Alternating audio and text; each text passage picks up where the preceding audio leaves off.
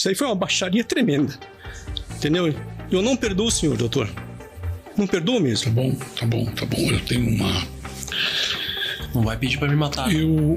Não, mas Doutor, ele está... doutor, por favor, doutor. Por favor, doutor. Por favor, Atenção, Por favor, Wagner, De carro blindado? olhe pra mim. Preciso andar com segurança? Olhe pra mim. É provocação. Só um pouquinho. Wagner, eu tenho uma pergunta. O senhor vai continuar com essa baixaria, doutor Jeffrey? Por Não, favor? é porque ele disse que não vai me perdoar. Eu tenho que saber o seguinte: ele não perdoou a Ana Paula e matou a Ana Paula. Eu Mas devo esse entender que não me assunto- perdoar é querer me matar A gente também? vê depois isso. Não, vê depois, não. Olha, que isso daí é fake news, só posso dizer isso. Não tem outro nome pra isso daí. Não, esses fatos são falsos. Os fatos atribuídos a mim são totalmente falsos. Doutor, opinião. Não, opinião não.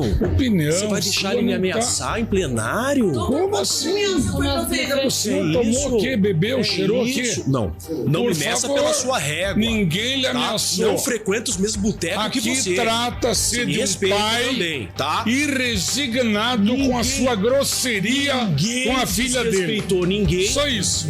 Os Excelência, ataques são doutor, desnecessários segure a esse advogado. Doutor Elias, O senhor Os tem poder ataques de são polícia. iniciados por vocês a esse advogado. Só quero deixar consignado. Silêncio, o senhor tem doutor poder. Ameaça. Senhor Jefferson, Ameaça só um minutinho, deve peraí, ser não, levada só um perante a pouquinho. polícia. Esta audiência traz à tona um caso que chocou Curitiba. Wagner Cardial, advogado e presidente do Clube Morgenau, é acusado de ser o mandante do homicídio de sua ex-esposa, Ana Paula Campestrini. O crime ocorreu em 22 de junho de 2021, quando a vítima foi alvejada por disparos de arma de fogo. A investigação aponta que Marcos Antônio teria sido contratado para executar o crime, recebendo 38 mil. Ouça o lado da história de Wagner. Ele de fato encomendou essa morte? O senhor tinha um cargo de direção, ou era presidente de um clube, é isso? Do Clube Morgenau, exatamente. Tá. Desde quando que o senhor era presidente? Então, eu assumi ali a presidência do Morgenau. Deixa eu ver aqui. Foi em 2020, acho que julho de 2020 que eu assumi. Tá, já estava separado, então. Não, já estava separado. Já tinha... Ok. Fazia 2 anos, pelo menos, que estava separado, né? Tá, mas o senhor já frequentava o clube antes? A sua família Já, frequentava? A família frequentava, Tá, né? há quanto tempo já? Acho que a Fabiola saiu, ela foi treinar lá em 2017, eu acho. 2016, 2017. Tá, ela treinava assim. judô, é isso? Ela treinava judô, era da seleção de judô, da seleção brasileira e... O que é que... O que é que o clube Morgenau, né, no contexto aqui da morte da Ana Paula, tem a ver com tudo isso? Assim? O que ela frequentava o clube? Ela não podia frequentar? Ela era sócia, não era? Não, doutor, tudo isso que falaram assim em relação à entrada dela no clube, nada disso é verdade. Entendeu? Nada disso é verdade. Tá, ela era sócia?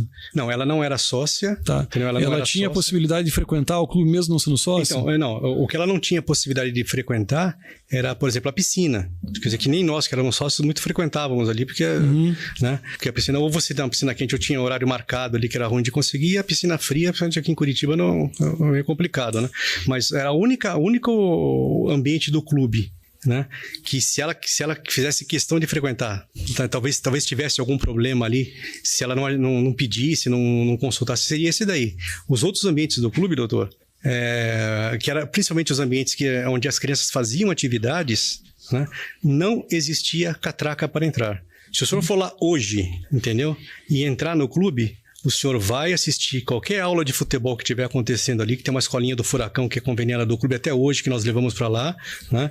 O senhor vai assistir as aulas de judô que são ministradas lá que antigamente eram ministradas na época. Tá, mas o acesso ali para qualquer pessoa que queira ir para o clube, Qualquer pessoa. ou ela tinha o acesso por ter filhos que estudavam, não, que treinavam Quer dizer, lá? ela por ter filhos lá, mais ainda, entendeu? Mais ainda, mas qualquer pessoa daqui desse plenário que for lá hoje vai entrar e vai assistir. Porque até hoje, entendeu? Não existe catraca lá. Doutor, antigamente o judô era no salão de festas lá, na sede social do clube. Lá não tem catraca, que é o mesmo acesso da secretaria. da secretaria e do bar.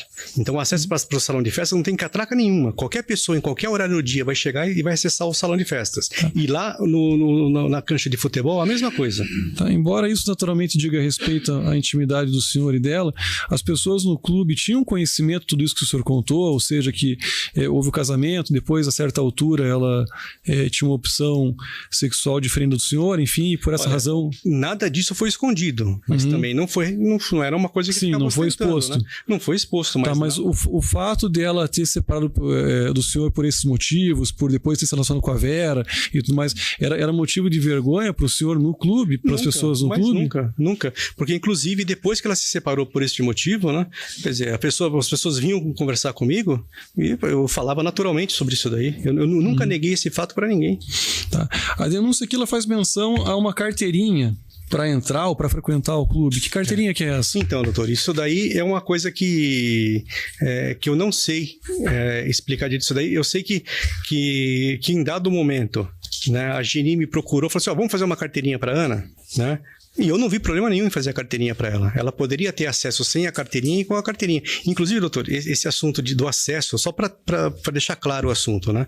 Foi ouvido aqui na audiência de instrução, foi ouvido o Rafael Brito, que é o atual diretor administrativo do clube. Ele falou exatamente isso, que acesso ao judô, acesso ao futebol não precisa de carteirinha. A Edna confirmou isso, entendeu? E eles como responsáveis lá falaram que nunca houve nenhum pedido para que você fosse barrada na Paula acesso ao clube, né? Então isso aí são provas que foram produzidas aqui na fase de instrução, né? E que não deixa nenhuma margem de dúvida sobre isso daí. Tá. Mas essa carteirinha foi feita para ela? Então, pelo que eu vi depois, no processo que eu li, foi feita. E eu não fiquei sabendo que ela havia sido feita. Mas em que contexto que ela fez essa carteirinha? Então, a Geni falou para mim, a Geni falou assim, Wagner, vamos fazer uma carteirinha para Ana Paula? E eu falei, não vejo problema nenhum, a Ana Paula já tem acesso ao clube. Então, eu imaginei que ela queria a carteirinha para poder ter acesso às áreas privadas do clube, que ela não teria sem a carteirinha, que era de piscina, essas outras... A academia também, ela não teria acesso. Eu imaginei que a carteirinha fosse para isso. Tá certo. O senhor, na condição de presidente, né? O senhor tinha a livre administração do clube? O senhor podia dar ordens ou o senhor dependia do aval de alguém? Tem coisas que, como qualquer... Quando você está num cargo assim de chefia, tem coisas que eu podia tomar decisão sozinho e tem coisas que eu precisava contar com a diretoria, com o conselho deliberativo, depende da matéria, né? Tá. O clube ele tinha câmeras de segurança? Tinha câmera... Não, então aí que tá, doutor. O clube tinha câmeras de segurança, mas não... Apenas 2 câmeras funcionavam no clube, entendeu? E isso também foi confirmado. A Edna que confirmou isso daí, porque eram apenas 3 pessoas podiam acessar as câmeras. O computador da Edna, que ficava lá ligado o dia inteiro para os funcionários poderem acompanhar o que acontecia, eram as 2 câmeras que ficavam para a rua de entrada do clube ali, entendeu? A rua principal, porque tinha tido muito assalto de carro de funcionários ali naquele pedaço e foi colocada a câmera ali. Agora, nas laterais do clube e na sede social não tinha nenhuma câmera, né? As câmeras que tinham ali, desculpa, para ser mais preciso, as câmeras que tinham ali na lateral da sede social, né, que foi a rua que pegaram o tal do motoqueiro andando ali tinham câmeras que estavam todas, nenhuma funcionava, né? Então, eu explico ao senhor pelo seguinte, a gente pegou o clube numa situação de penúria ali, né? O clube estava falido, e isso também é confirmado pelos funcionários. Isabel comenta isso, a Edna comenta isso, né? E a Edna até fala, nós não tínhamos dinheiro para arrumar as câmeras, nós não tínhamos. Então, o que foi proposto foi um sócio lá, que tinha uma empresa de tecnologia, né? No caso, quem era o funcionário de tecnologia na época ali era o Felipe, né? O Felipe falou assim, olha, nós estamos com um problema nessas 2 câmeras aqui, que a partir das 6 da tarde, quando tem mais fluxo de dados ali na internet da região, as câmeras estavam ligadas direto no cabeamento ali e caía a câmera, entendeu? Aí o Felipe falou assim, aí o Felipe, ele não tinha conhecimento técnico, era estagiário, né? Ele foi conversar com esse sócio, e o sócio falou assim, olha, se vocês quiserem, né, eu tiro todas as câmeras, né? Analiso todas as câmeras que estão paradas aqui, faço um teste nelas, né? Trocamos o cabeamento aqui, que o clube é velho, trocamos o cabeamento interno, que isso aqui deve ser um problema de cabeamento também, e depois aquelas que estiverem funcionando a gente recoloca, né? Aí, por uma questão de economia, a gente optou por não fazer com esse sócio, né? Quem fez depois essa retirada foram os próprios funcionários e passou para a empresa que estava administrando a segurança do clube na época, que também fazia esse tipo de serviço. Mas isso foi feito em que data? Em que data, levando em consideração, que é o que importa aqui, o dia 22 de junho, né? Que foi a data da morte dela. Essas câmeras, elas foram retiradas ali? Então, a data da retirada das câmeras, eu não estava lá. Né? O que eu sei é o seguinte, eu sei o processo que foi realizado, eu tinha conhecimento desse processo que foi feito. Mas o senhor consegue indicar pelo menos se foi naquela semana, se foi naquele mês, se foi na data próxima ou não? Doutor, eu não sei dizer para o senhor se foi... Tá, mas de qualquer maneira, mesmo aquelas câmeras que o senhor disse que funcionavam, no dia não funcionavam, então é isso? Não, aquelas duas câmeras que estavam... que o senhor disse que nem todas funcionavam, não, né? Mas isso daí já ficou claro, todo mundo já não, ok, mas... Disseram, né? Não, sim, doutor, não funcionavam mesmo, né? Tá. Elas não estavam colocadas, como nenhuma das outras câmeras laterais que não funcionavam, não estavam, né? Tá, mas isso não partiu de uma ordem do senhor? Não partiu diretamente da minha. Não, o senhor sabe dizer quem é que tomou essa decisão? Quem é que falou, olha, hoje nós vamos retirar aqui para que... Olha, o que as testemunhas indicaram é que foi o Marcos Ramon que passou a informação. Ele que deu a ordem, é isso? Ele que deu a ordem para tirar as câmeras, que ele era o diretor administrativo, né? Eu não tinha como ficar sabendo todos os detalhes que aconteciam, né? Tá. O Marcos Ramon, que é o outro acusado, qual que era a relação que o senhor mantinha com ele? E desde quando? Era relação só profissional. Né? O Marcos começou a aparecer no clube em razão do judô, que ele era judoca, tinha um projeto social na casa dele, né?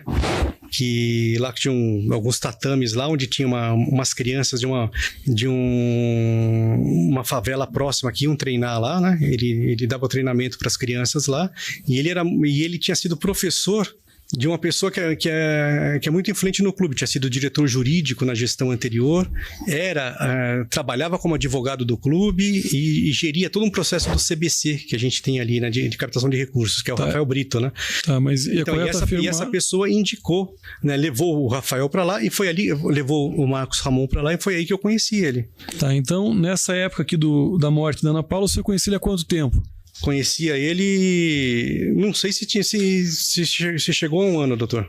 Tá, e nesse período de um ano, o senhor mantinha uma relação estritamente profissional por conta do Exatamente, enquanto tinha o assunto do judô, só quando eu ia assistir os treinos da minha filha ali, que eu acabava vendo quem estava treinando, se por acaso coincidisse o dia que eu estava lá assistindo com o dia que ele estava treinando, né?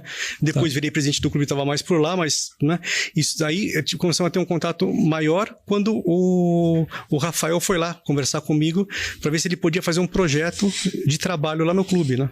Tá, mas fora então os assuntos relacionados ao clube, o senhor não mantinha qualquer outro tipo de relação com ele? Não, doutor, eu nunca tive nada assim, se eu dizer assim, talvez ter tomado cerveja com ele lá alguma vez, lá no clube com os sócios antigos ali, que tinha uma mesa que a gente sentava, vários sócios antigos ali que sentavam ali, e quem estivesse perto, mas assim, sozinho, de chegar, ir na casa um do outro, perfeito. Isso não existia. Em algum momento o senhor chegou a fazer, ainda que de maneira indireta, transferências bancárias para ele ou para a pessoa indicada por ele? Não, todas as transferências que eu fiz foram dezenas de transferências, foram para o clube e para pagar obrigações pecuniárias do clube. Tá, porque a parte que interessa aqui, né, que diz respeito à denúncia, a acusação que é formulada aqui contra o senhor, é que o senhor teria transferido ou pago para ele R$38 mil, né, para que executasse esse crime.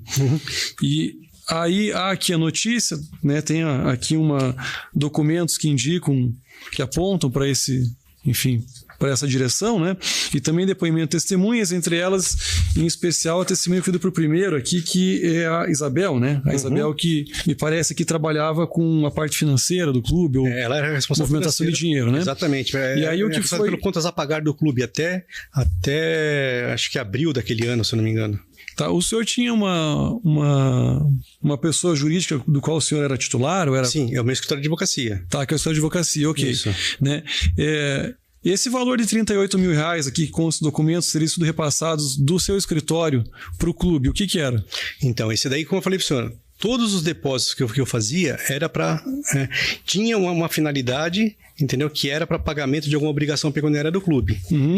Esse caso em concreto, existia um contrato de prestação de serviços, que foi aquele contrato que o Rafael Brito, né, apresentou o Marcos ali, levou o Marcos como especialista na área administrativa, né? Que ele era professor da UPET, tinha pós-graduação na área. O clube era um clube antigo, que foi gerido por uns senhores ali que ficou largado o tempo inteiro. Então, os funcionários estavam acomodados, né? Então, o trabalho que o Rafael levou o Marcos para fazer foi um trabalho para aumentar o atendimento e a qualidade da prestação de serviço dos funcionários.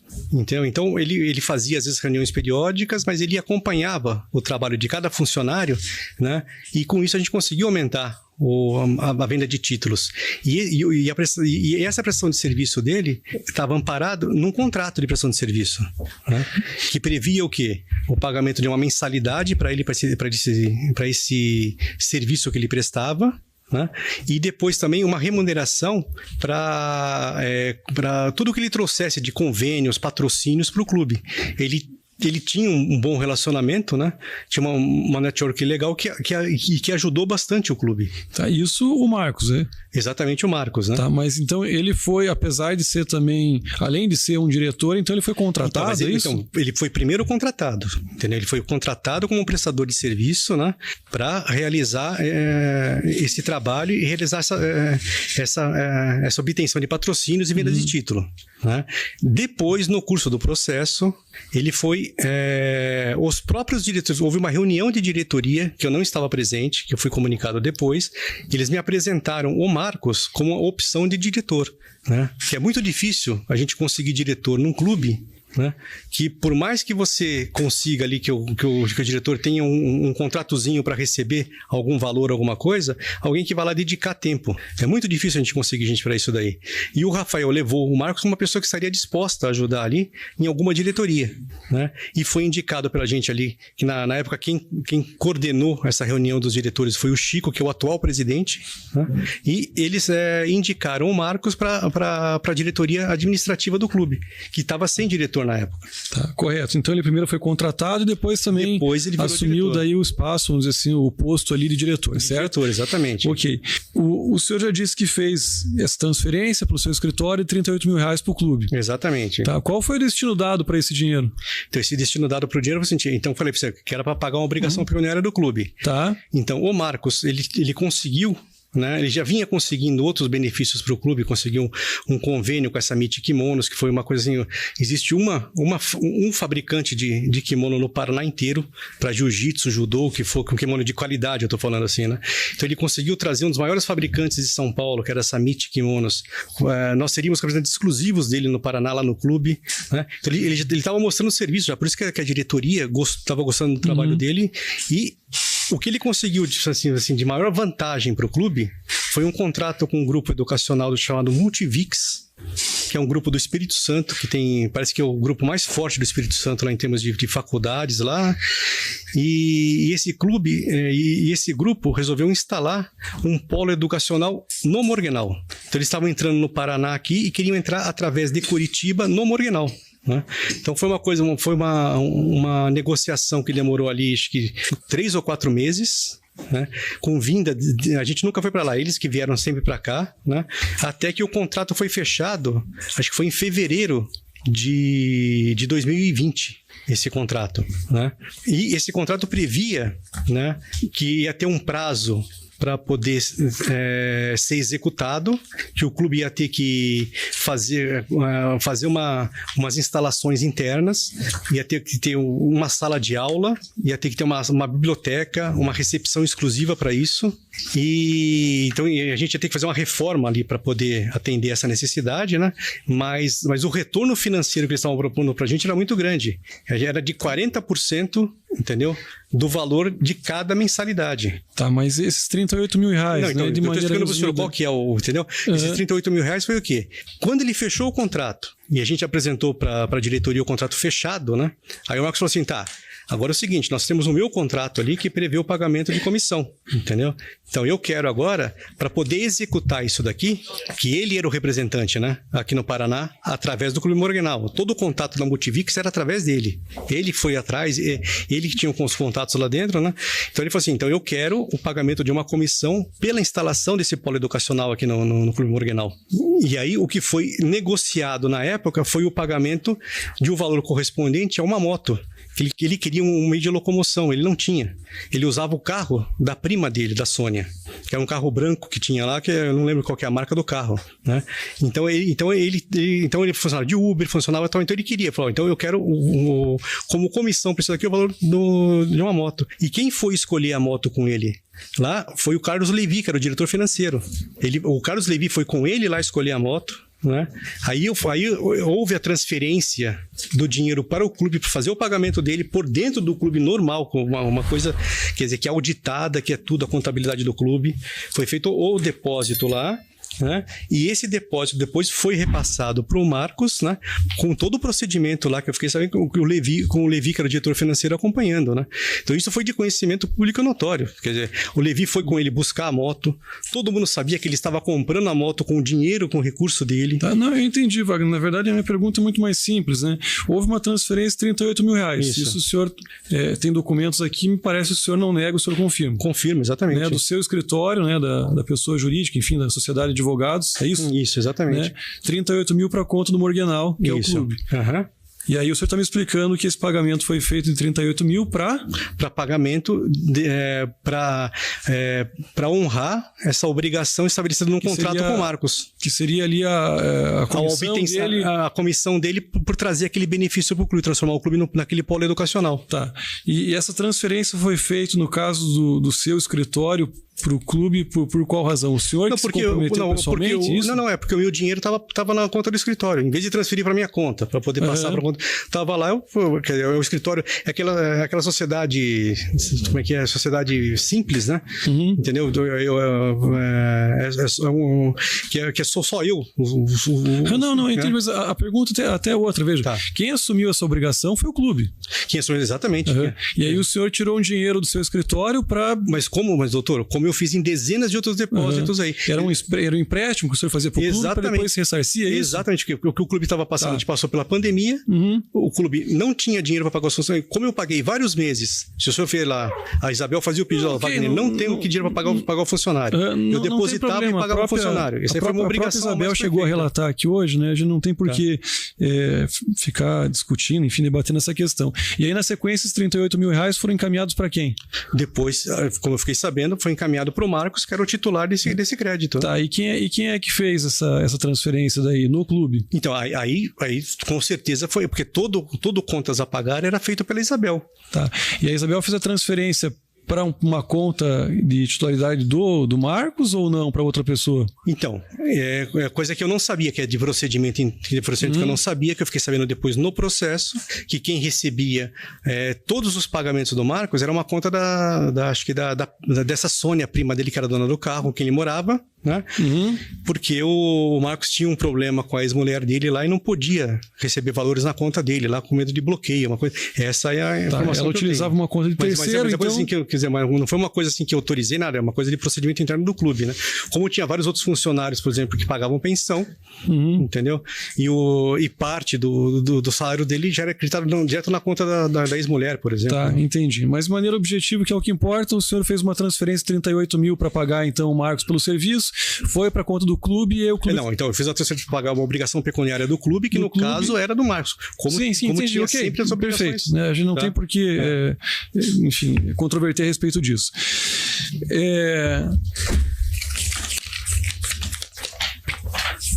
O senhor mencionou que o Marcos ele queria comprar uma moto porque ele não tinha meio de locomoção. Exatamente. Ele chegou a comprar essa moto? Sim, foi uma coisa que eu falei para o senhor. Ele foi com o Carlos Levi, que era o diretor financeiro, escolher a moto para a gente ter o valor fixado.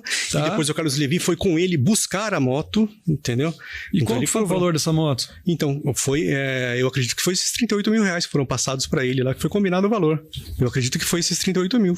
Tá, mas quando o senhor diz acredita, porque veja, seja, o senhor fez um empréstimo do seu patrimônio pessoal, particular, né, em favor do clube. Exatamente. E aí o senhor disse que fez isso, tinha feito já isso algumas vezes, enfim, ia ser ressarcido depois. Dezenas de vezes, excelência. Dezenas de vezes, ok.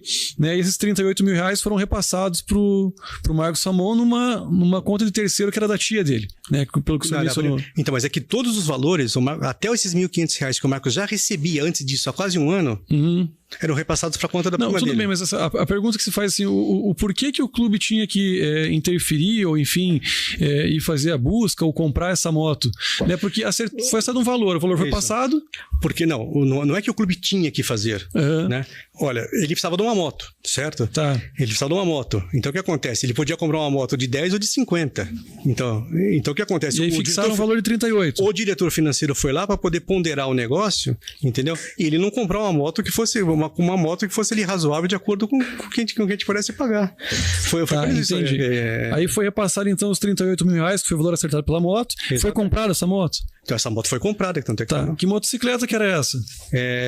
Eu sei que é uma moto de cilindrada grande lá. Acho que é a Daytona que eles falaram lá. Tá, e ela foi comprada onde? De quem? Não sei, excelência. Não sabe dizer, mas foi numa loja, pelo que o senhor sabe? Pelo que eu vi nas fotos lá, o Carlos mandou foto no grupo da diretoria e no grupo tal.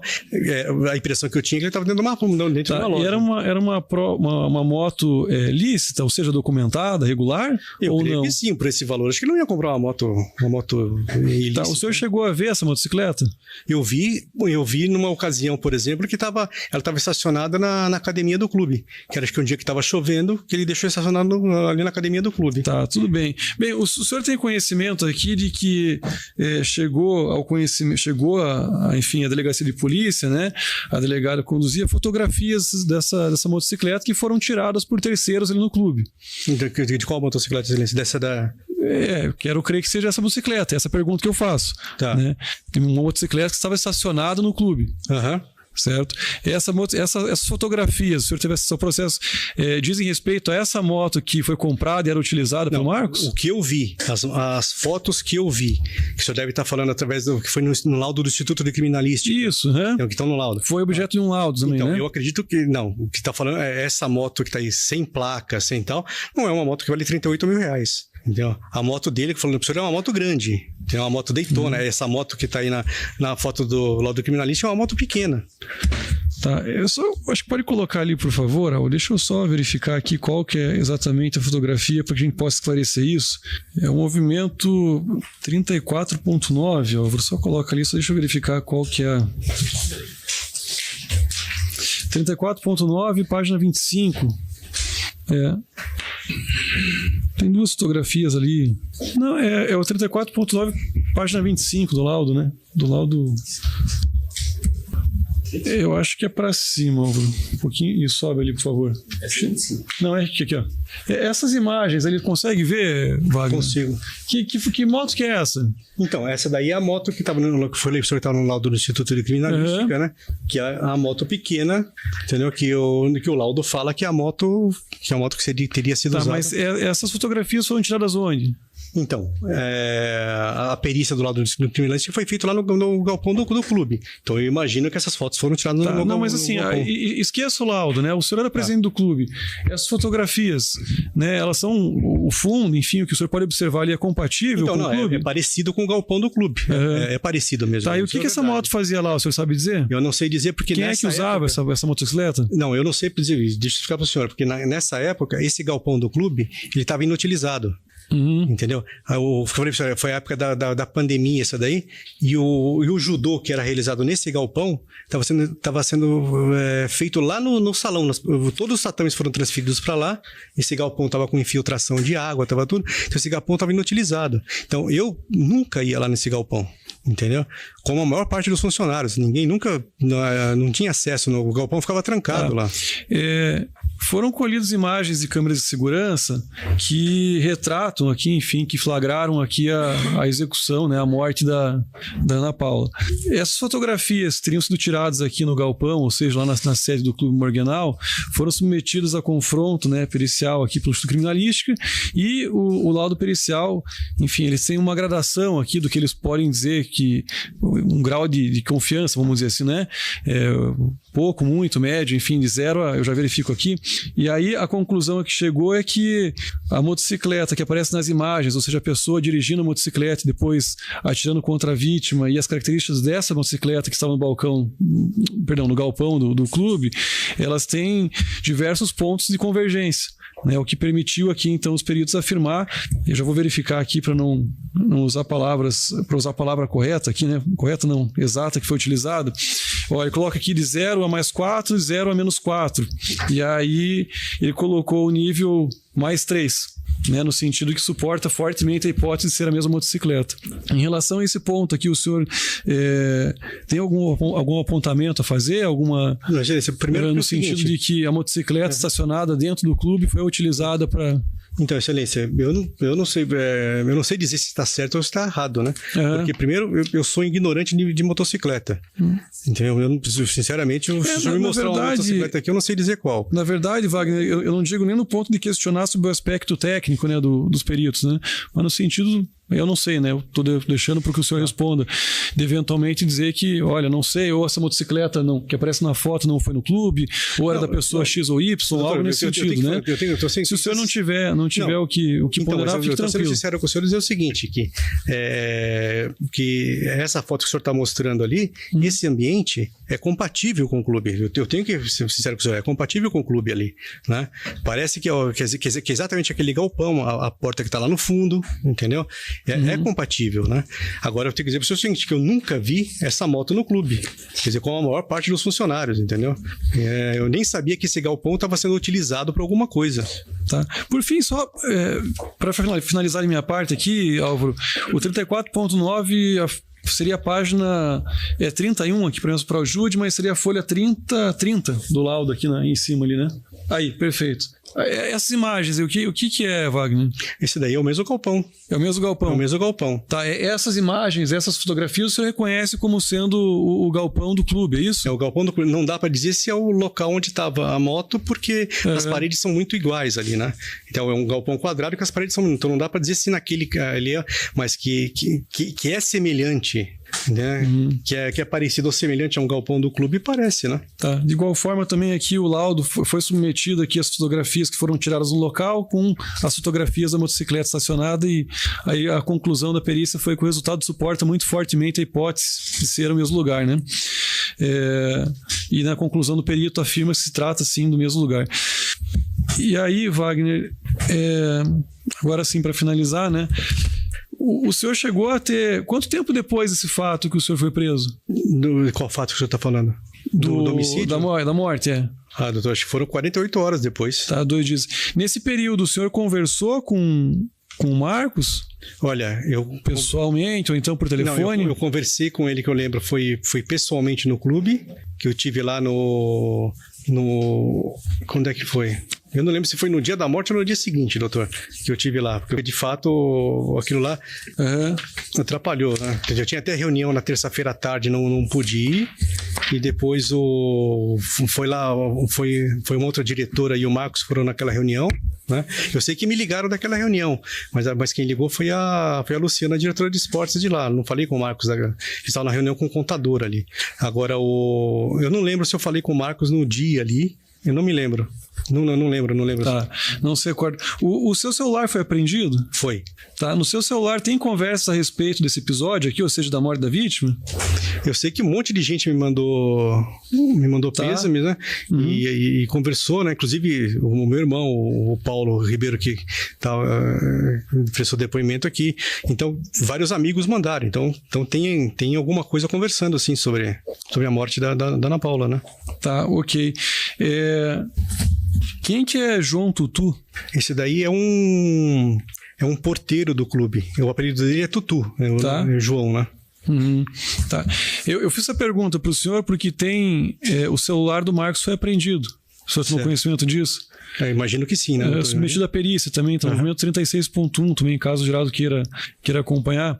E aí no item 4.23, tabela 9 desse laudo, tem uma conversa no sentido de que o Marcos teria dito pro João Tutu, né, quando questionado a respeito da moto, e por isso eu perguntei quem é o João Tutu, só disse que é um porteiro do clube. É um porteiro do clube. Há uma conversa em relação à moto e ele dizendo que seria dele a moto estacionada. Essa moto aí? Pelo teor da conversa, né? Doutor, o que eu posso dizer para o senhor é o seguinte: o Marcos, ele fazia muito rolo. Entendeu?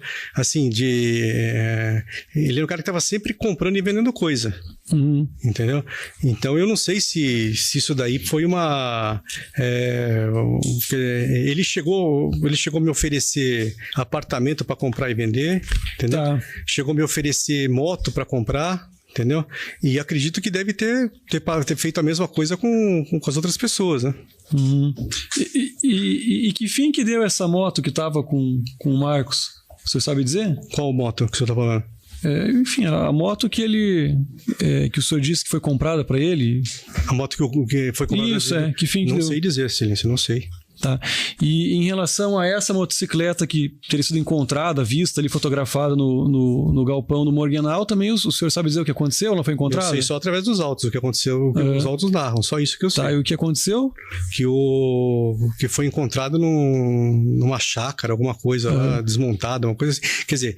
Tá, mas foi encontrado numa chácara desmontada como? De que forma? Não sei, aí é que tá. Eu sei o que tá nos autos, só excelência, eu não sei, não tenho ideia de... Toda a informação que eu tenho sobre isso daí é o que tá nos autos. Tá, quem que é o César Antônio Leotério? O senhor sabe dizer quem é? Não tenho ideia. Não conhece. Tá. Wagner, agora sim para finalizar, eu falei isso umas 3 vezes, eu estou me estendendo e muito aqui, mas admitindo a hipótese de que, assim como diz o Ministério Público, né, apenas para dar sequência aqui a linha de raciocínio, admitindo a hipótese de que o Marcos tenha sido executor desse crime, o senhor sabe dizer que motivação que ele teria ou por que ele teria feito isso? Doutor, eu não gostaria nem de pensar nisso, sinceramente. Eu não... Sei lá, Ele conhecia a Ana Paula? Não conhecia. Não conhecia a Ana Paula. Eu não gostaria de pensar nisso porque eu acho que é uma coisa que é... Mas o senhor também não sabe, admitindo essa hipótese, o senhor não sabe dizer o porquê que isso teria acontecido? Não sei. Tá certo. Wagner, eu não tenho mais perguntas aqui. Como já de antemão, né, o seu advogado, e me parece que o senhor aceitou essa orientação, não responder as perguntas do Ministério Público e assistência, eu passo direto então para a defesa daí. Obrigado. Me salvou aqui. Na verdade, fique à vontade. Minha parte é indiferente, doutor. Só o Álvaro, ele vai... Retornamos?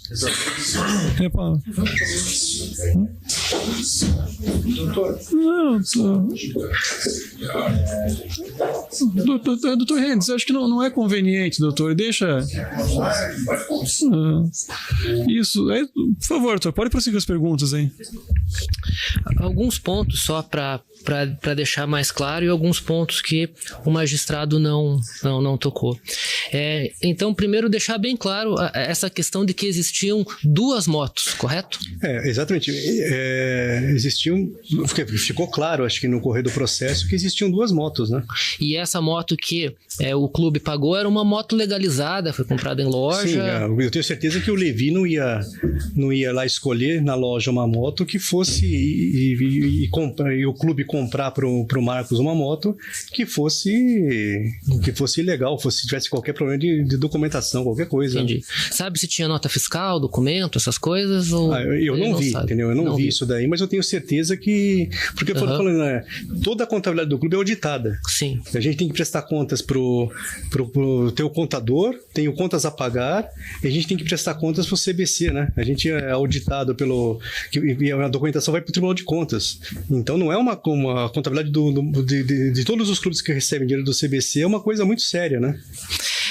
Dessa moto, então, essa moto grande, o senhor chegou também a fazer algum pagamento de algum sinal de negócio?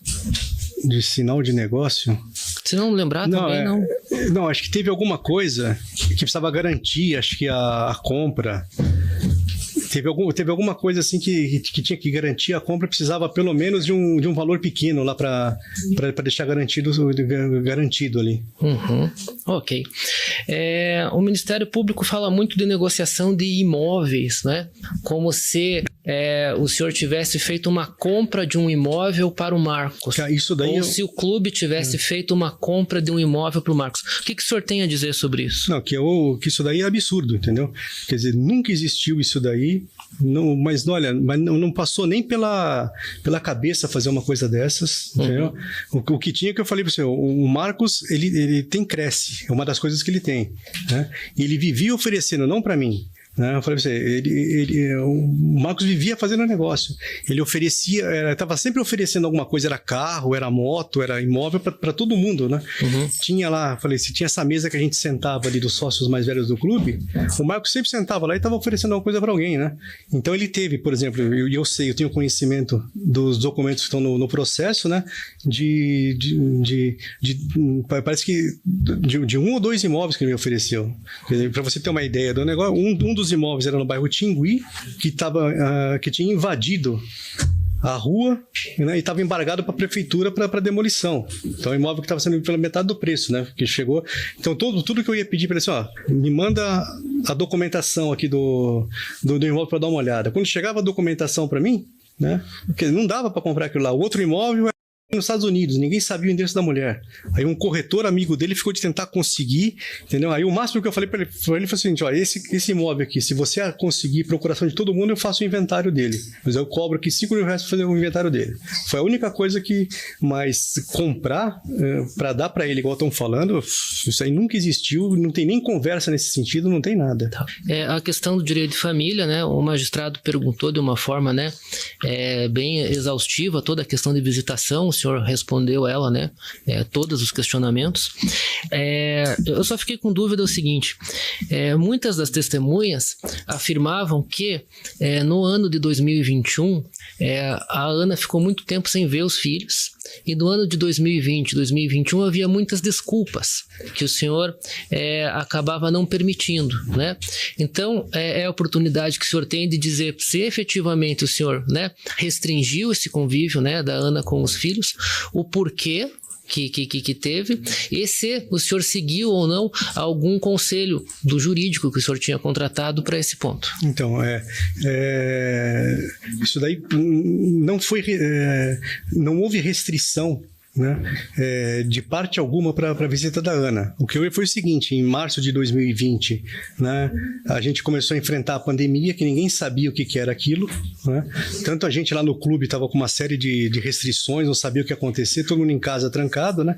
A Ana trabalhava de Uber, né? Então foi uma decisão incomum ali dos dois, né? De que, olha, havia um risco, né? As crianças pequenas, né? O Thiago tinha 7, o Gustavo 9, se eu não me engano, ali na época. Então, as crianças pequenas ali, né? Sujeitas a pegar um vírus que ninguém sabia o que era, né? Então, houve, de fato, um contato menor físico entre ela, mas nunca deixou de ter o contato através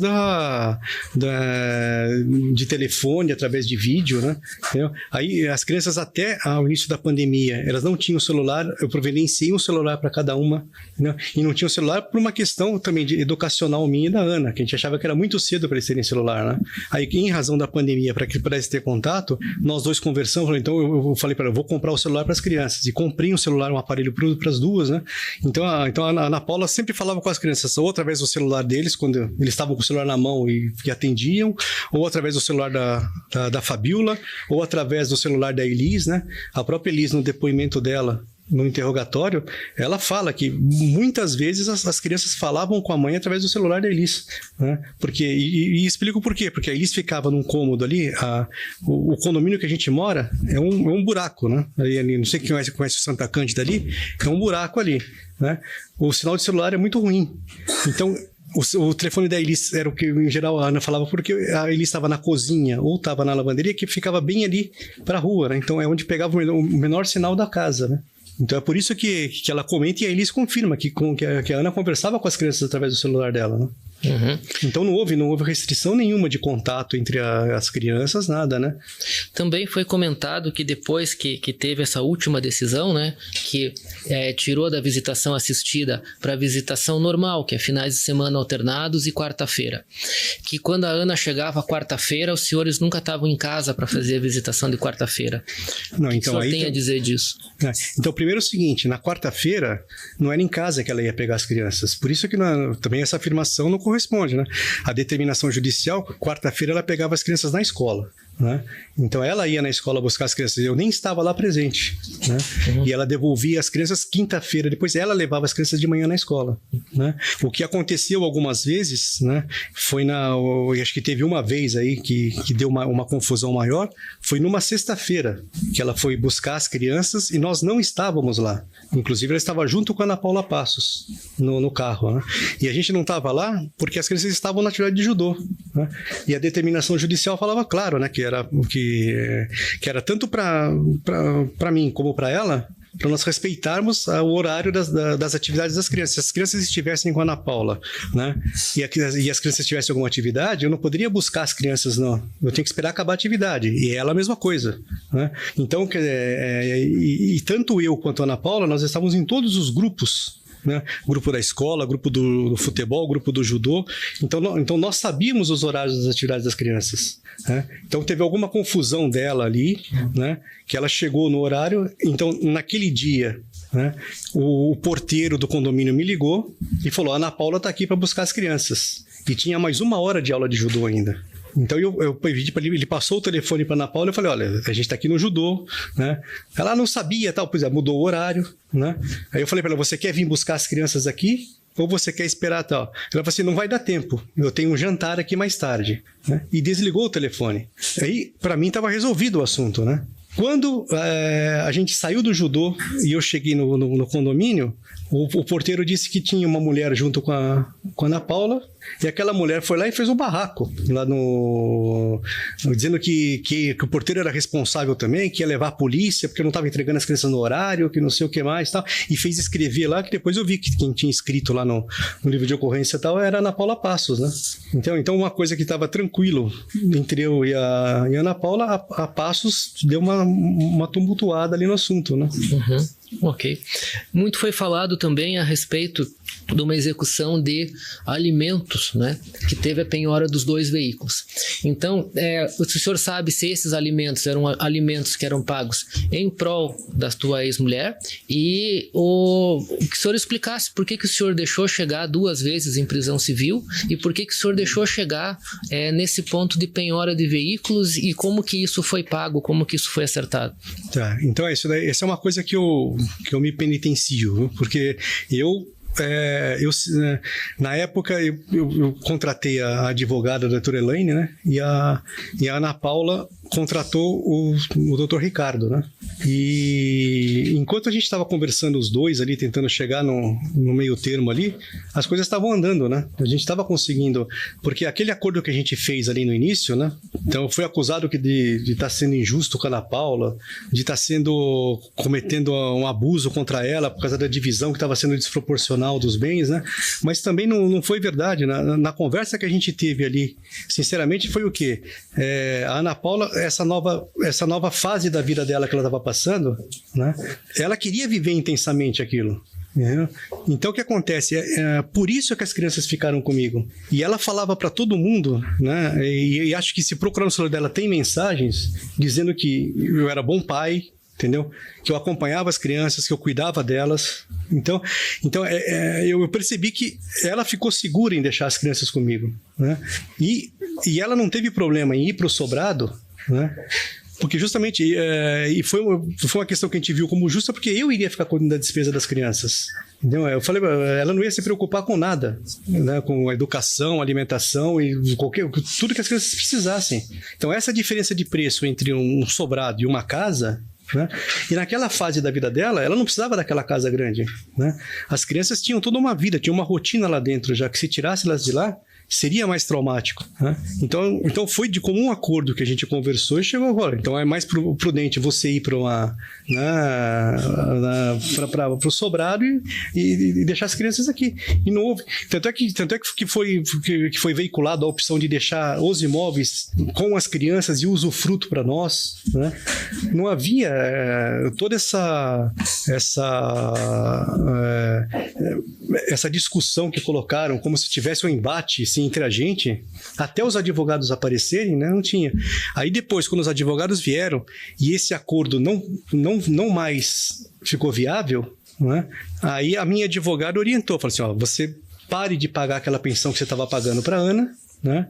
Que a gente tinha combinado ali amigavelmente, até a gente conseguir estabelecer um acordo aqui que fique viável para os dois, né? E nesse meio tempo a gente foi surpreendido com o ajuizamento da ação de divórcio pelo advogado da Ana Paula, né? Então foi por orientação da advogada, né? Que daí no curso do processo também, né? Ela orientou, olha, essa pensão que foi fixada judicialmente, você não pague, espere chegar. E tanto é verdade que ela não apresentou em todas as execuções, não existe uma defesa, né? Que é os embargos, no caso da execução assim, de alimentos, né? Que é uma ação, a execução de alimentos é uma ação que é rápida, né? Mas se o advogado quiser atrapalhar ela, ele começa a entrar com um monte de recursos, um monte de coisa, e complica a vida da outra parte, né? Não foi interposto embargos, nada, nenhuma defesa, né? E a única coisa que a gente via é que o advogado da Ana Paula, ele demorava para ajuizar as ações. E eu acredito que era a pedido da Ana Paula, né? Que ele não era tão ágil assim para poder interpor ações, né? E nesse dia que teve essa busca e apreensão com esse oficial de justiça, né? Muitas das testemunhas dizem que você ocultou bens, como se o senhor estivesse desrespeitando a justiça e o poder judiciário. O que o senhor tem a dizer dessa questão dos 2 veículos e da dívida que existia? Então aí primeiro eu quero fazer uma correção assim que saiu no processo, que disseram que existia uma busca e apreensão, né, dos veículos e tal. Então, a busca e apreensão é um mandado jurídico, né, que quando chega o oficial de justiça, você não tem a opção de você entregar ou não o bem, né? Você vai entregar o bem, se você não entregar, o oficial pode usar força policial para tomar o bem de você, né? E nunca existiu um mandado de busca e apreensão de nenhum bem meu, né? Existiu uma ação que vinha um mandado, né, solicitando a entrega de algum bem para suprir, e no caso vinha nomeado os 2 veículos, né, um bem que fosse correspondente ao valor do débito, né? Então, eu tinha 2 veículos na época, a Zafira e a Trailblazer. A Zafira cobria o valor do débito e sobrava, né? E eu espontaneamente ali, sem ter essa obrigação, eu entreguei a Zafira para pagar a dívida, né? O oficial de justiça saiu de lá com a Zafira. Então, existia esse alimentos que era para Ana, né? Para ela sobreviver. O senhor lembra qual que era o valor? 1.500, 2.000? Acho que era R$2.000. Tá. E depois existiu um outro pedido que se chama alimentos compensatórios, né? Que depois, no final, o senhor teve um revés num agravo de instrumento no Tribunal de Justiça, né? Eu gostaria que o senhor falasse, então, a respeito dessa empresa Liderar, né? E quais eram, se o senhor sabe, quais eram os efeitos dessa decisão? Se os efeitos dessa decisão eram passar esse capital, né, dessa empresa para a Ana, ou se era para deixar depositado em juízo para depois decidir quem que teria direito a esse valor. Tá, então a primeira coisa, essa decisão eu não entendi como um revés, entendeu? Porque eu acho que era a consequência natural da divisão do patrimônio que foi fixada ali, não mudou nada, né? A decisão apenas estabeleceu que eu teria que depositar metade dos lucros, né? Acho que era dos lucros ou salários, divisão de lucros ou salários que eu tivesse recebido da empresa Liderar, né? Ou viesse a receber, né? Só que a empresa Liderar nunca recebeu, né, nenhum salário, eu nunca recebi salário, nem divisão de lucro, né, da empresa Liderar. O que teve foi o seguinte, essa empresa foi criada, essa empresa era de um compadre meu e da Ana, que inclusive era vizinho nosso ali, que mora no interior em Santo Antônio da Platina, e tinha uma área muito grande da família ali. E essa área ficava praticamente dentro da cidade, era um investimento muito bom, e a família estava meio em briga, surgiu a oportunidade de a gente comprar aquela área, né? Então, eu reuni ali metade do valor da área, né? A proposta era comprar uma área custava R$1,5 milhão a área, né? Então eu reuni R$750 mil para comprar, e o meu compadre de 750 mil. Nós compramos parcelado aquilo lá, né? Então aquilo nós compramos e ficou 5 ou 6 anos aquilo parado, sem a gente ter capital para mexer naquilo. A gente só pagando a despesa, fizemos um projeto, contratamos arquitetos, fizemos um projeto de um loteamento ali, né? Então nós investimos algum dinheiro ali com os impostos, com tudo para manter a área, né?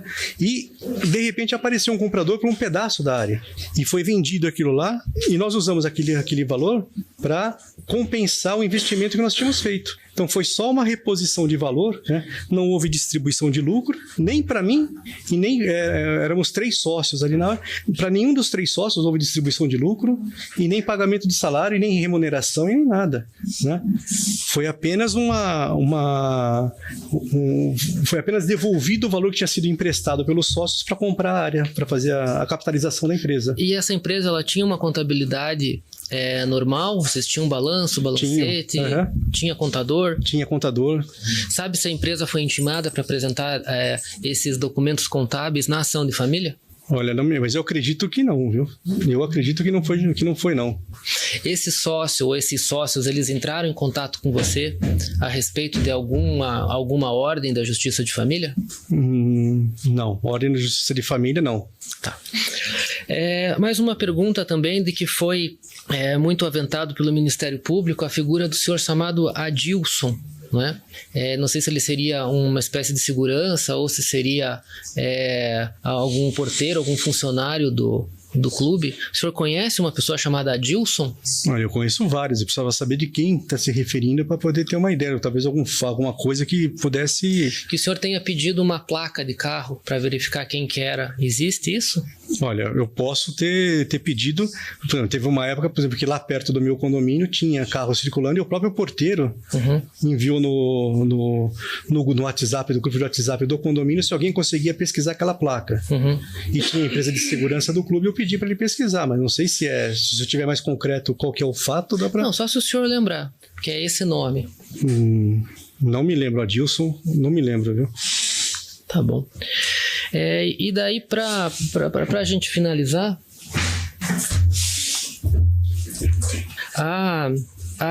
quando a delegada veio fazer aqui o depoimento dela, ela falou a respeito de umas mensagens que você teria trocado com o Marcos, né?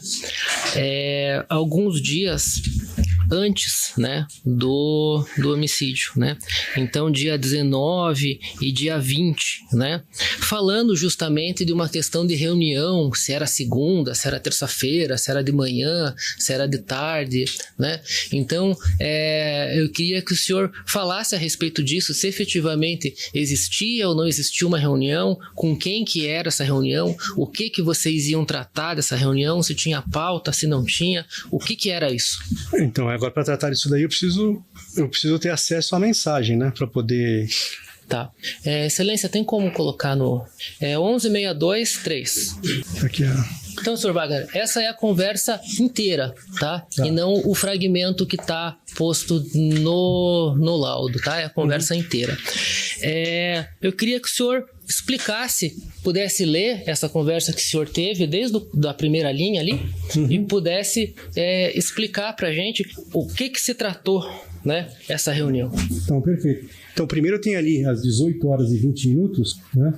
Então está falando, confirmada a reunião para terça às 8h30. Essa reunião terça às 8h30 era uma reunião que nós teríamos com o contador, né, que chamava Castro, que já era 20 de junho, a gente tinha o prazo até dia 30 de junho para conseguir tirar a CND do clube, né? Porque o clube é um clube que recebe verba da CBC, o Comitê Brasileiro de Clubes, né, para poder manter as equipes de competição. Sem esse dinheiro, nenhum clube no país consegue manter equipe de competição de nenhum esporte, né? Só que para você conseguir essa verba, você precisa ter a certidão negativa de débito. A gente estava voltando da pandemia, meses sem pagar imposto, né? E precisava fazer conseguir um parcelamento de acordo com o benefício que a Receita tinha acabado de instalar. Para isso a gente precisava fazer o quê? Entrar no site da Receita, que é o que vem dito aqui embaixo, ó. Se a gente pula aqui uma coisa aqui, ó. Depois, no dia 20 de junho, 13 e 29, tá falando aqui, a reunião não será na segunda, será na terça. Né? Então a gente está falando dessa reunião aqui. E que reunião que é essa? Está aqui falando, vamos definir sobre o Castro. Castro é o nome do nosso contador. E isso está confirmado no depoimento tanto da Isabel no interrogatório, né? E o Matheus também fala desse Castro, né? No depoimento dele. Então, até terça, temos que encontrar outra pessoa. O que é essa outra pessoa? Esse Castro estava com dificuldade de mandar os documentos que a gente precisava para entrar no site da Receita e fazer a simulação do parcelamento, né? Aí eu fui assim, com toda certeza, que era uma coisa que a gente estava tratando todo dia na reunião de diretoria que a gente fazia, com todos os diretores. A gente estava angustiado com esse assunto aqui, porque o financeiro do clube depende disso. Financiamento, CBC e tudo mais. Vamos resolver essas pendências agora no começo da semana. Vamos adiantar para amanhã. Podemos passar no escritório dele, conversar olho no olho, ver o que está acontecendo. Por que o cara não manda o documento para a gente que a gente está precisando? Perfeito. E preciso da simulação do Regularize para ontem. Esse Regularize é o programa da Receita Federal que precisava da documentação dele para a gente poder fazer a simulação do parcelamento, né? Aí o Marcos falou assim, vou ficar aqui hoje de manhã. Segunda vou perto do almoço para o clube. Aqui tem algumas coisas que tem que passar. Aí já vai, entendeu? Mas aí depois às 13h35, vamos lá, fazemos a simulação e resolvemos. Aqui às 13h35. E para fazer, precisamos da assinatura eletrônica, que só o contador tem. Então, quer dizer, tudo isso daqui era uma reunião, entendeu? Que iria acontecer na terça-feira de manhã. Aí depois o Marcos mudou a reunião para terça-feira à tarde, né? Eu não fui nessa reunião porque aconteceu o homicídio da Ana, né? Mas o Marcos foi com a Luciana, que era a diretora de esportes. E a Luciana me ligou da reunião de lá, porque algumas coisas precisavam ser resolvidas, né? Então o Marcos tentou me ligar, acho que eu não estava com o telefone, eu não atendi, e depois a Luciana me ligou. E a gente resolveu alguma coisa por telefone sobre esse assunto. Uhum. Então nada disso daqui tem outra interpretação, né? Se você tirar só se você quiser tirar do contexto isso daqui, é impossível ter uma outra interpretação para isso, né? Perfeito.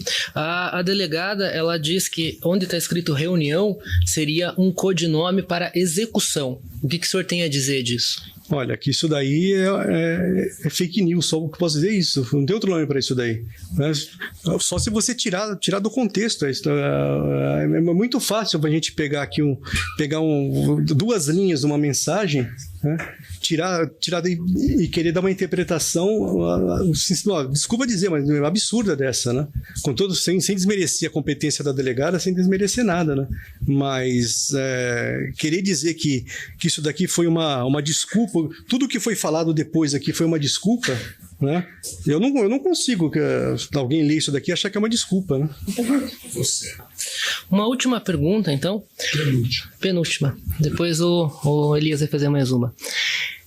Hoje, aqui no plenário, como que o senhor se sentiu assistindo aqui a sua filha sendo atacada aqui no plenário?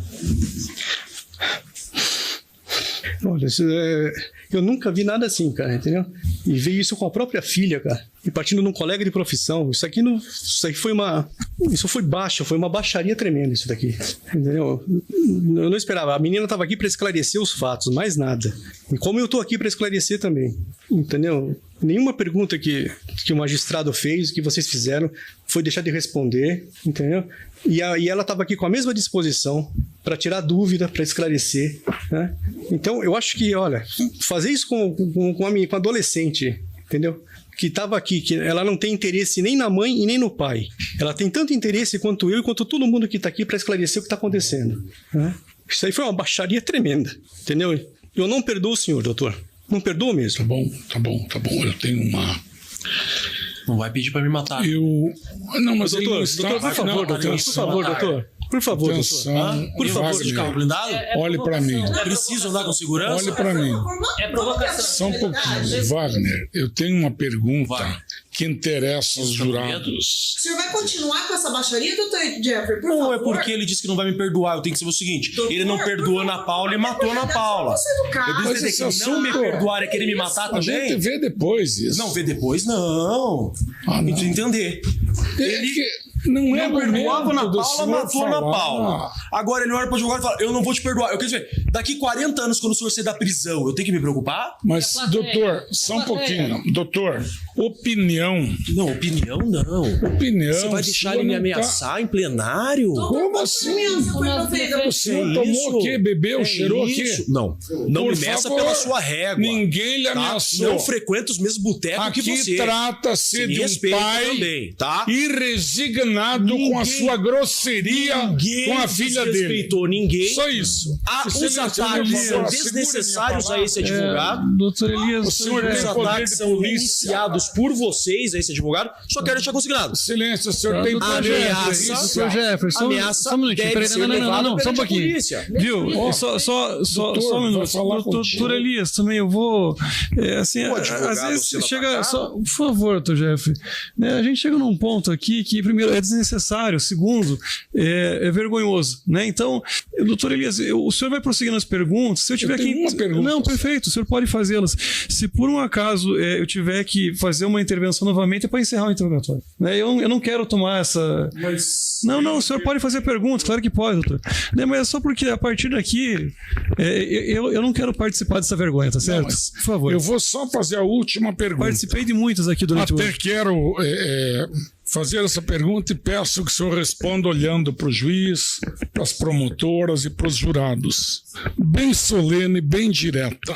Senhor Wagner Oganauskas, o senhor, perante a justiça brasileira, aqui e agora, diante do juiz, das promotoras e dos jurados, ou do corpo de jurados, o senhor se declara inocente desta acusação? Totalmente inocente, doutor Elias. Totalmente inocente. Olhe para os jurados e diga isso. Totalmente inocente. Eu não tenho. Então, para as promotoras também, para o doutor juiz. Totalmente inocente. É só essa pergunta que eu tenho a lhe fazer. Muito obrigado. Doutor, eu gostaria Pois não. de complementar o que eu estou dizendo, né? Doutor, eu posso ter cometido excesso quando peticionei lá na vara da família, estava movido ali pela paixão, entendeu? O advogado nunca deve fazer a Emoção. da minha advogada por não ter pago ali a pensão por mais tempo para Ana Paula, né? Que depois eu vim saber que ela estava necessitada, estava precisando, né?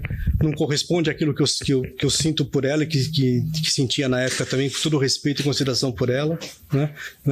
Me penitencio ali por, né? Talvez não ter incentivado mais as crianças a visitarem a mãe, e isso hoje é uma coisa que me dói, porque elas não têm mais a mãe ali para poder visitar, então. Mas agora eu não posso ser julgado por algo que eu não fiz. Sinceramente, né? Por que estão me acusando, isso eu não fiz, né? Então é isso que eu acho que eu queria falar e queria deixar claro aqui o negócio. Perfeito. Mais alguma coisa? Não, isso daí. Doutor Bonfim, pela defesa do acusado Marcos, o senhor tem perguntas? Sim, excelência. Vamos lá, Wagner. Sou Vicente, advogado do Marcos. Eu tenho alguns questionamentos, cortei o máximo possível do que já lhe foi perguntado e vou tentar ser o mais direto possível da maneira que eu fui até agora nessa audiência. Você afirmou que o Marcos, ele foi antes de ser diretor administrativo, ele chegou a ser contratado pelo clube, correto? Correto. Você se recorda, sabe e se recorda qual que era exatamente a função pela qual ele foi contratado? Então, ele foi contratado ali a pedido do Rafael Brito, né? Para fazer um serviço de como é que eu vou dizer assim, de aprimoramento no nosso atendimento, né? Que a gente não tinha isso. A gente tinha uns funcionários ali que, coitados, eles não tinham a experiência, a formação, sempre o clube era formado pelos funcionários que vinham sempre de indicação de um diretor, de um sócio, de alguma coisa, e não era ninguém específico, né? Mas era gente que estava empenhada, gostava do clube e estava trabalhando. Então a gente precisava ter alguém ali que ajudasse a melhorar o padrão de qualidade, né? E o Marcos foi contratado para isso, né? Ele fazia reuniões periódicas com vários setores, às vezes fazia reunião com os porteiros, às vezes fazia reunião com os professores, e sempre visando isso, o atendimento do sócio, né? E depois ia acompanhar o funcionário em loco lá na função dele e passava um tempo com ele vendo como é que ele estava trabalhando para melhorar ali o trabalho. Você sabe se ele tinha função também de venda de títulos do clube? Tinha, inclusive eles montavam ali, tinha as campanhas que eram feitas, eles montavam no próprio restaurante do clube que tinha uma frequência muito alta, eles montavam um quiosque ali para ficar oferecendo os títulos, né? O senhor comentou também aqui, respondendo o juízo, essas eventuais parcerias em busca de patrocínio para o clube, isso também era uma função da qual ele foi contratado? Ele foi contratado para fazer isso também, exatamente, que ele tinha uma rede de contatos muito boa, né? O senhor sabe se ele tinha horário de trabalho e qual seria esse horário? Não, ele não tinha horário de trabalho, né? O horário fixo ele não tinha, né? Ele tinha que resolver ali as questões, né? Uhum. O senhor se recorda como que era a questão da remuneração dele? Sim, por esse trabalho que ele realizava de treinamento dos funcionários, ele recebia R$ 1.500 por mês. E depois, aqueles patrocínios ou benefícios que ele conseguisse para o clube, a gente ia combinar caso a caso os valores. Não tinha nada definido, percentual, nada, era caso a caso. Não tinha um percentual pré-estabelecido, então? Nem percentual, era de acordo com o que a gente visse ali de interesse para o clube, de acordo com a possibilidade ali que a gente ia estudar o valor do pagamento. Foi questionado para o senhor essa questão do pagamento dos R$38 mil. E o senhor esclareceu que seria ali referente a essa situação na empresa Multivix. Explicou, inclusive, o que é a Multivix. Mas existia alguma previsão de quanto de lucro efetivamente o clube teria? Pra gente, o polo que eles inauguraram em Cuiabá. Então, que a Multivix foi, naquela época, era patrocinadora do time do Cuiabá, que tinha vindo para a primeira divisão, e estava um clube muito... E a previsão foi que aquele polo educacional ali de Cuiabá, em um ano, chegou a perto de mil alunos, né? O que corresponderia mais ou menos ali pela faixa de preço das mensalidades e tal, a um ingresso de 60 ou 70 mil reais por mês no clube.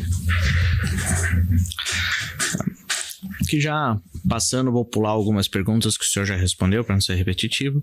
O Marcos, nessas funções que ele foi contratado, inclusive daí já passando na parte da diretoria, ele era subordinado exclusivamente a você daí nessa parte da diretoria ou mais alguém? Não, todos os diretores eram subordinados, quer dizer, subordinado em tese, né? Porque o estatuto dá autonomia para o diretor na área dele, né? Então, quer dizer, lógico, tudo acaba sendo subordinado ao presidente, né? Mas o diretor tinha autonomia para definir muita coisa. Mas no caso, você exercia certo controle sobre ele, as ações que ele tinha, parcerias, sim, isso tudo? Acho que como qualquer diretor ou funcionário do clube, né? Algum controle a gente sempre exerce, né?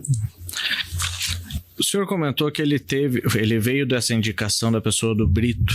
Uhum. E comentou também que essa parte da indicação dele para a diretoria veio de uma reunião entre os administradores. Então foi uma reunião que ele apresentou uma proposta do empréstimo que a gente estava para conseguir, que estava precisando, né?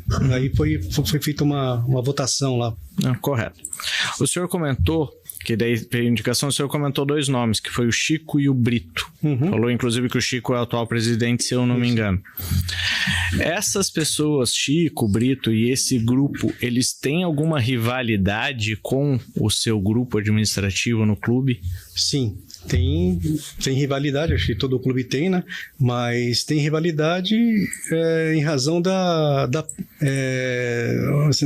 política em relação à formação dos atletas que a gente estabeleceu no clube, né? Que o clube vinha de um antigo professor de judô que tinha por lá, que foi demitido inclusive na gestão anterior, né? Tiveram problemas sérios lá que eu acho que acontece em todos os clubes, né? Eles querem muito pódio, muito tal, para conseguir mais verba do CBC, mas tal, e acabam usando métodos ilícitos para chegar nisso, né? Então, e aconteceu um fato que foi muito, quer dizer, público lá no clube, mas ficou restrito a um atleta de judô que morreu por overdose, né? E isso daí foi uma coisa que mexeu muito com todo mundo ali. Depois de um tempo, aquele professor, o assistente dele foram demitidos, né? E a gente assumiu bem naquela pandemia, tendo que reestruturar. Aí eu e os outros pais assumimos o clube com essa ideia, né, de ter um ambiente saudável para os nossos filhos que estavam lá. E com essa política, né, a gente arrumou encrenca com o pessoal que já estava lá, né, que vinha dessa metodologia antiga, né? Perfeito. Sendo indicação, então, desse pessoal, você estava confortável com o Marcos ao seu lado, digamos assim, nessa administração que era de tamanha importância? Olha, sinceramente não, né? Pelo fato de vir de um grupo rival, né?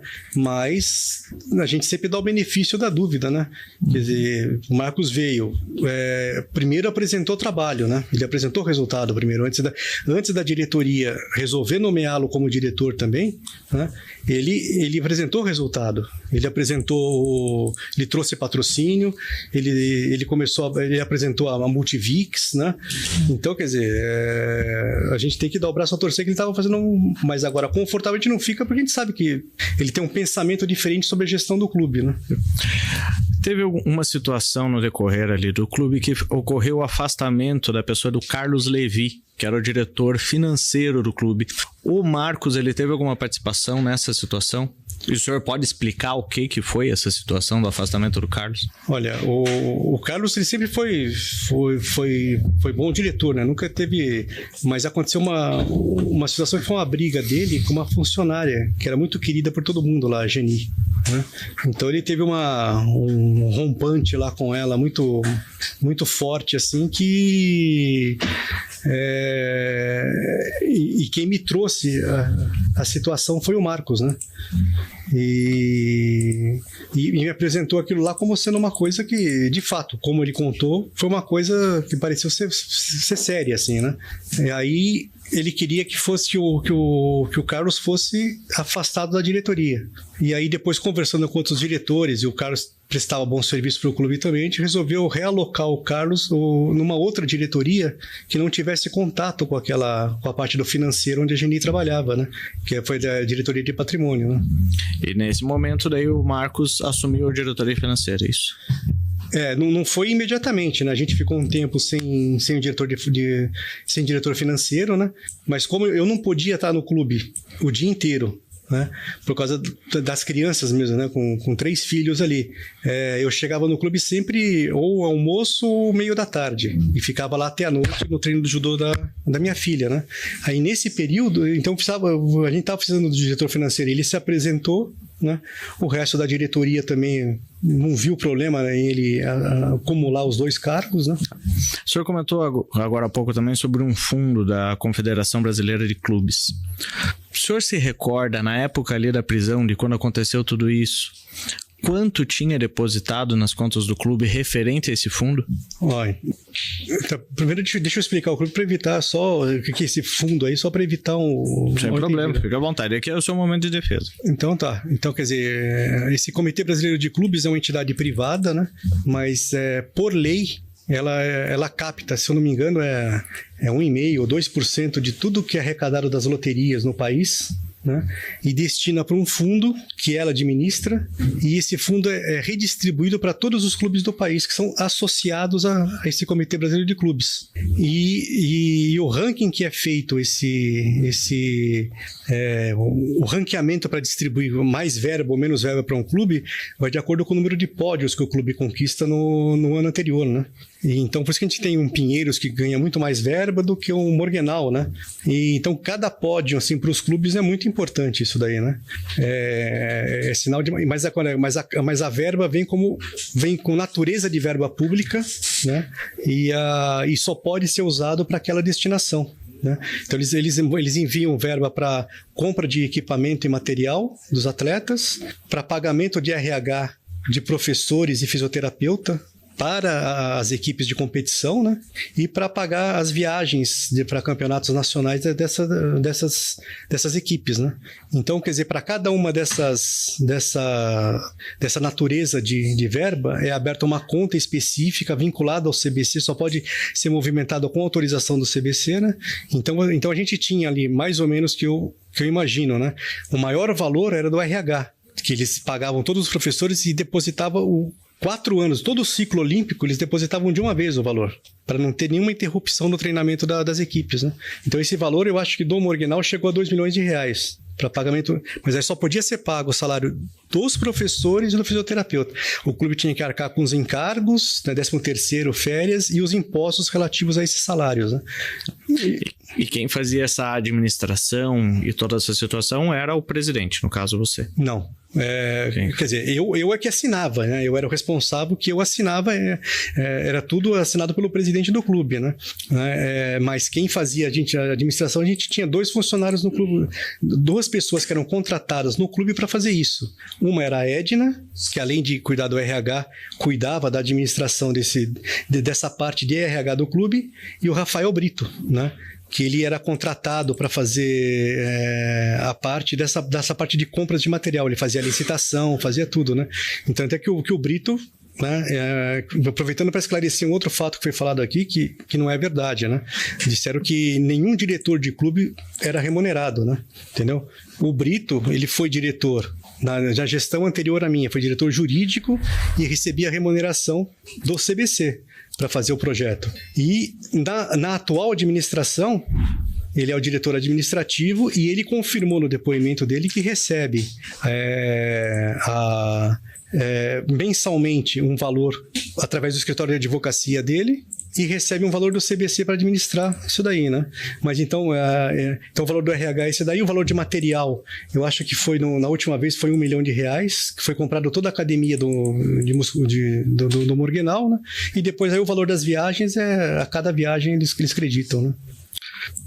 Passando esse ponto, Wagner, você chegou a comentar alguma vez com o Marcos sobre os seus processos com a Ana? Olha, posso ter comentado porque todo mundo sabia, né, que existia algum entreveiro, assim, né? E o Marcos, às vezes ele vinha perguntar, né? Ele vinha assim, então, mas o que está acontecendo, tal? Que ele, né, principalmente nessa época que estava tendo uma confusão maior ali, e eu estava às vezes com a Fabiola, às vezes a Florize estava comigo ali, e perguntava como é que tinha sido alguma coisa lá né? Aí eu explicava o que tinha acontecido, né? E ele estava perto, acabava, então, mas acho que é uma coisa assim, não que eu tivesse procurado ele para me abrir, falar, né? Mas eu acabava sabendo alguma coisa, né? E alguma vez você pediu para ele interceder por você, seja em processo ou com a Ana de alguma outra forma? Não é advogado, como é que ele vai? Impossível, né? Tá bom. Agradeço os esclarecimentos, Wagner. Devolvo a palavra. Pelo conselho de sentença, alguma pergunta? Então, você pode deixar o microfone ali, por favor? Uhum. Tá. Oi, só um esclarecimento em relação ao Marcos e o clube. No começo, quando a gente ouviu as testemunhas, foi dito que os diretores do clube tinham que ser necessariamente sócios. Isso é verdade? É verdade. tem que ter uma condição no estatuto que obriga a ter 3 anos, pelo menos, de sócio, para poder ser diretor. Era sócio do clube? O Marcos era sócio, inclusive ele era sócio antigo do clube. Depois, eu fiquei sabendo disso depois, entendeu? Na época que a diretoria votou ali para o nome dele, a família dele frequentava o clube. Ele tem um primo, que depois eu fiquei sabendo que era, porque não é mesmo o sobrenome, que é um sócio antigo do clube. Que é um sócio já que estava sempre ali tomando cerveja, tal, então a família dele já frequentava o clube de antigamente, né? Então essa regra não foi quebrada? Não foi quebrada, não foi. E quando ele assumiu a diretoria, ele fazia diretoria e a venda de títulos, os 2 cargos ao mesmo tempo? Ele continuou a exercer, a cumprir aquela função do contrato dele, né? E começou a exercer o cargo da diretoria, né? Que foi como eu havia explicado, né? Ele não era o único, né? A gente tinha na nossa gestão, por exemplo, que foi prestado o depoimento também o Hossein, que era professor de levantamento de peso, né? Mas como ele era uma pessoa que tinha muita projeção, a gente colocou ele como diretor de esportes. Então ele continuou a receber pela função dele, que era professor, e a função de diretor dele não era remunerada. O tempo que ele gastava como diretor a gente não remunerava só a função dele de professor, né? Perfeito. Pelos demais, alguma outra pergunta? Tá. Wagner, para finalizar, o senhor disse que não mantinha outro tipo de relacionamento que não fosse profissional com o Marcos, né? E também foi perguntado para o senhor aqui se o senhor passava algum tipo de informação em relação à vítima. Por Marcos, o senhor respondeu também que não, né? Sim. E aí, então, no mesmo sentido, se o senhor também não conversava com ele questões atinentes aqui à vítima, Ana Paula, o senhor também não mencionava questões atinentes à então companheira, namorada da Ana Paula, que era a Luana? Não. Não. Olha, doutor, é aquilo que eu falei, né? Eu não me lembro, assim, né? Quer dizer, como eu não tinha intimidade com ele, entendeu? Eu falei assim, a gente não quer tomar cerveja junto como faz com um amigo. Não, tudo bem, não tem problema. Então eu não me lembro, sinceramente, de ter... Se por acaso eu falei alguma coisa, não foi nada, eu não tinha comentário. Ok, entendi. Foi do relacionamento que tinha ali depois do trabalho, eventualmente para tomar cerveja, conversar alguma coisa, mas não... E sempre com mais gente ali, entendi, naquela mesa. Mas não que fosse um amigo próximo do senhor, para o senhor trocar ideia a respeito disso. Não, né? Nada. Intimidade assim não tive. Não. O telefone 419-8987-7135, o senhor sabe quem que é? Não conheço. Tá. Essa pergunta eu faço, e aí fica à vontade para fazer alguma consideração. O telefone do Marcos foi apreendido, né? E aí consta uma conversa que ele teve por WhatsApp com esse número, em que tem aqui o nome completo da Ana Paula, celular, profissão, personal driver, motorista aplicativo, Facebook, Luana Mello, de igual forma também o Facebook, os veículos, Onix vermelhos, a Fira, cinza, placas, endereço, moram juntas, Rua Jales, Ribeiro de Melo, 466, Barreirinha. E aqui a localização, né? O senhor sabe dizer como é que ele teve acesso a essas informações e por que isso constava no celular dele? Olha, excelência, não sei dizer, viu? Não sei, teria que perguntar para ele isso daí. Viu? Tá ótimo, então. A gente encerra por aqui, eu agradeço. Obrigado. Wagner Cardial foi condenado a 25 anos de prisão em regime fechado. Além disso, perdeu o direito de dirigir enquanto cumprir a pena e também foi declarado incapaz de exercer o poder familiar por conta da gravidade do crime e sua relação com a vítima. Marcos Antônio Ramon recebeu uma pena ainda maior: 28 anos, 10 meses e 15 dias de prisão, também em regime fechado, por homicídio qualificado. Além disso, foi condenado por fraude processual, recebendo mais 1 ano, 1 mês e 2 dias de detenção em regime semiaberto e uma multa.